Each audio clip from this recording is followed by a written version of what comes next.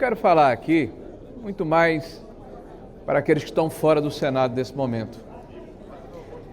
É uma inquietação a respeito da maneira como aqueles que hoje são praticamente os proprietários da opinião publicizada nesse país, os órgãos de imprensa, as elites intelectuais incrustadas nas universidades e nas academias, os jovens que frequentam cursos de universidades públicas, que teimam em encarar a sociedade brasileira como se fosse uma questão relativa.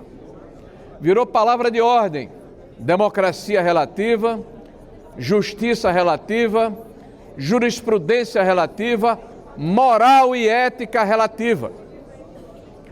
Se não, vejamos, hoje no Brasil é permitido, porque é legal, que um ministro do Supremo Tribunal Federal possa conduzir um processo em que as partes sejam representadas por um cônjuge ou um parente de primeiro grau. É legal. Foi fruto de uma votação dentro do plenário daquela casa, do Supremo Tribunal Federal. Mas é moral? É ético? É um bom exemplo para a sociedade? E a partir dessa constatação, eu quero dizer a Vossas Excelências que no Brasil está aberta a caça a quem professa uma visão diferente de mundo. Quem é de direita não é chamado de direita, apesar da direita ter fundamentos que a caracterizam e a representam de uma maneira muito clara. Quem está na direita do espectro da política defende valores da família, a vida como fundamento, defende que o crime seja tratado como tal e não esse apaziguamento que leva à insegurança das famílias que estão praticamente aprisionadas dentro das suas residências. Defende um Estado empreendedor, defende o mérito, defende a propriedade, defende que o livre mercado se estabeleça, a criatividade, a competência. Mas nós somos alcunhados como extrema-direita. Do outro lado, nós assistimos pessoas que defendem o aborto, a liberação das drogas, a ocupação de propriedade de maneira ilegal, mas são chamados de esquerda, de democratas, de progressistas. Nós assistimos um momento em que o direito é atropelado em nome da democracia.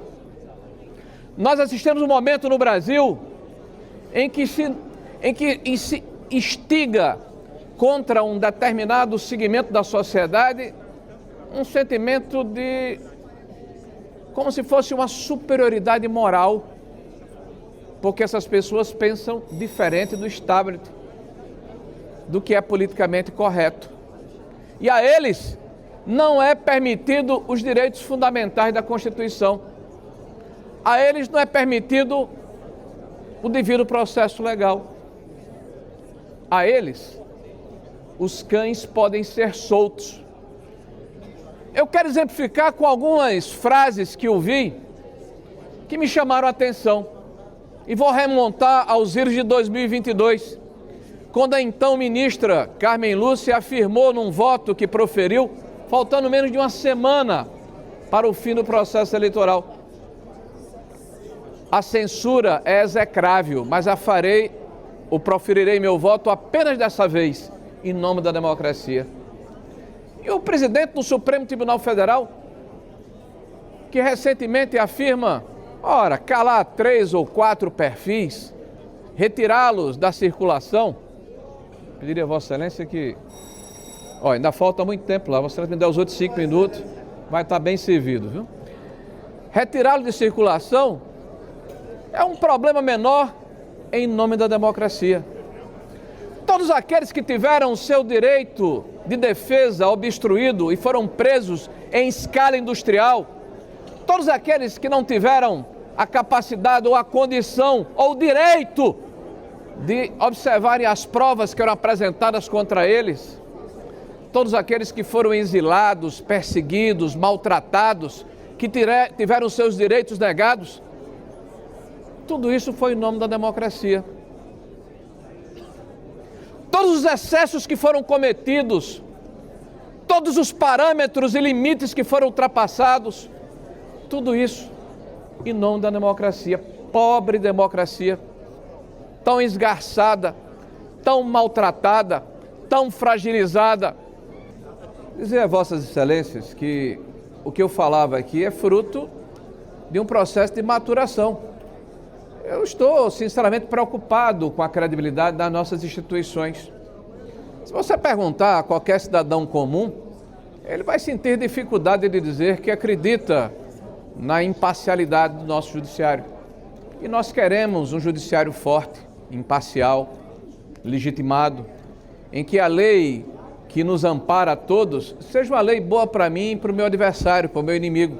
Que nós temos parâmetros seguros e eficazes para que nós possamos, de fato, viver numa sociedade que nos protege, que nos ampara e que nos oferece direitos fundamentais para exercitarmos o que temos de mais sagrado, que é a nossa liberdade, que é o nosso livre-arbítrio, que é o direito de dissentirmos, de discordarmos daqueles que querem participar do debate político. Eu diria até com muito mais frequência do que seria desejável.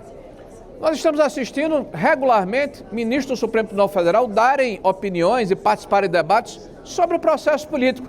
E estamos assistindo esses mesmos ministros reclamando quando são contraditados. Olha que paradoxo. Me parece que é uma mão de uma única via. Eu falo, você ouve. Eu determino, você obedece. Mas, ora, o debate político, ele precisa ser vivo.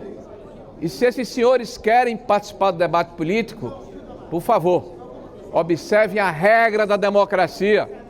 Ninguém, em sã consciência, pode acreditar que nós estejamos vivendo numa situação de normalidade quando aqueles que nos impõem determinadas situações se negam a serem criticados e a serem, de alguma forma, inquiridos sobre os seus posicionamentos. Eu quero agradecer a Vossas Excelências e quero dizer que essa casa, ela precisa cumprir o seu papel constitucional. Abrir um processo de impedimento contra quem comete crime de responsabilidade não é nenhum desaforo, não é nada que vá afetar o ambiente de normalidade desse país. Esse país que ao longo dos últimos 40 anos conseguiu fazer o impeachment de 2 presidentes da República, de dezenas de parlamentares, não pode se quedar inerte quando a nossa Constituição e o equilíbrio dos poderes está em jogo. É necessário e é urgente que todos nós façamos a nossa parte para que o Senado altaneiro, que é voz da federação do país, abra urgentemente o processo de impedimento contra o senhor Alexandre de Moraes. Obrigado, senhor presidente.